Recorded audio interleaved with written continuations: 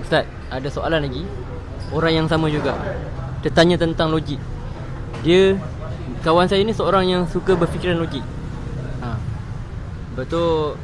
Bila saya terangkan pasal pasal anak tu kan, dia kata dia suka fikir pasal logik. Dia tak suka fikir pasal apa yang terjadi kat dunia ni sebab Allah yang turunkan. Dia cakap yang turun semua yang terjadi ni semua ni sebab daripada tangan-tangan manusia. So apa jawapan yang saya boleh bagi dekat dia, Ustaz? Allah Akbar. Allah SWT bagi tahu dalam Al-Quran, ma asaba min musibatin fil ard, takkan berlaku apa-apa musibah atas muka bumi. Takkan berlaku, Allah kata apa? Wala fi anfusikum, dan takkan berlaku apa-apa pun pada atas diri kamu. Illa fi kitabim min qabli an nabra'ah, kecuali melainkan apa sahaja yang Allah SWT telah tetapkan dalam kitabnya di Lauh Mahfuz. Berapa lama? 50,000 tahun sebelum Allah SWT cipta langit dan bumi. Jadi apa yang berlaku pada diri kita ni sebenarnya semua ketetapan daripada Allah SWT.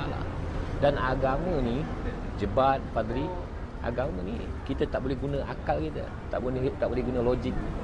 Saya bagi contoh satu je kan?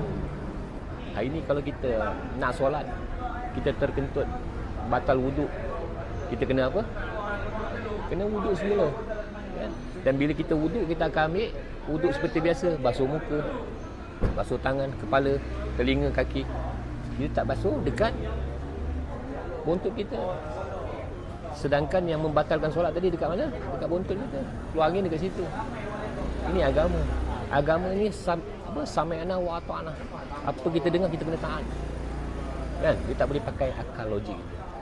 Jadi insya-Allah bila mana kita sungguh-sungguh kita fahamkan agama ni melalui kalam-kalam Allah SWT, firman-firman Allah SWT dan sabdaan-sabdaan Nabi sallallahu alaihi wasallam, yakin sungguh-sungguh, insya-Allah kita akan dapat amal agama ni dengan sempurna.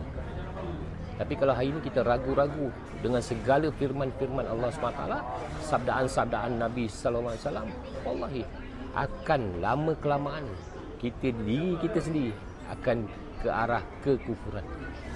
Nauzubillah min zalik. Insya-Allah.